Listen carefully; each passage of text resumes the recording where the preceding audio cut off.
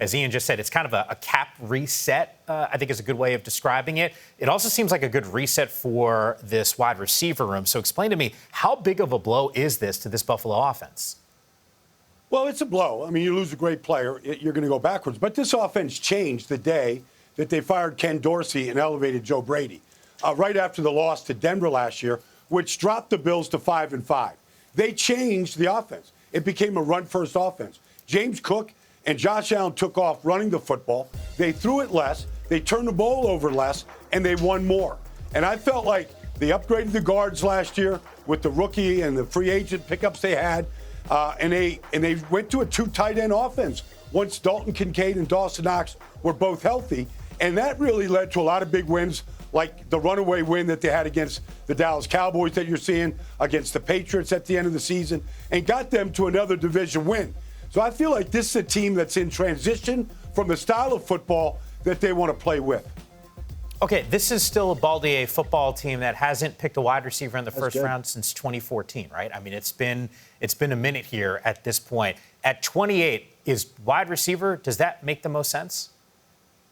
It does. It does. It's a position of need for sure, especially with Gabe Davis exiting in free agency. That's 241 targets between Stephon Diggs and Gabe Davis that are no longer on the roster.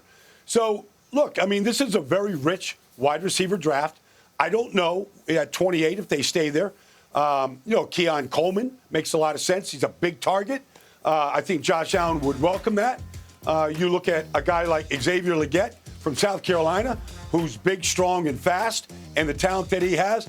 There may be a run early with the Dunze and Harrison and Neighbors. And so at the end of that round, you might still get a very good player that could come in. And we have seen these receivers come from these college programs and at times come in and light it up immediately.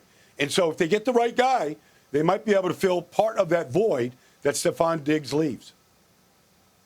I can already see the question now. Bills get on the clock in the first round. Everyone's going to say, who's the receiver they're going to take to fill the shoes of Stephon Diggs? But as you know, Baldy, it doesn't really work like that. First of all, we don't know that this is where they're going to pick. One thing they acquired while dealing Diggs was a 20-25 second rounder, which could be something potentially to package in a trade up if that's what the Bills wanted to do. But because this draft is so incredibly deep at receiver, they don't have to take one in the first round. They don't have to take just one. They can take multiple rounds. I think Brandon Beane did a really good job of explaining the season does not start now. There's so many other facets to roster building. There's trades. There's still receivers on the free agent market. There's Marquez Valdez-Scantling, Tyler Boyd, Odell Beckham Jr. is still available. Still plenty of receivers who they can slot in there and kind of make sure that the group will more than make up for the absence of a player like Stephon Diggs. It's wild. Baldy, in our production meeting, you had said you don't really know how it's going to play out in the draft and who's going to be available at 28. Before the show, I was actually hanging with Bucky Brooks in our green room, and I said, hey, man, how much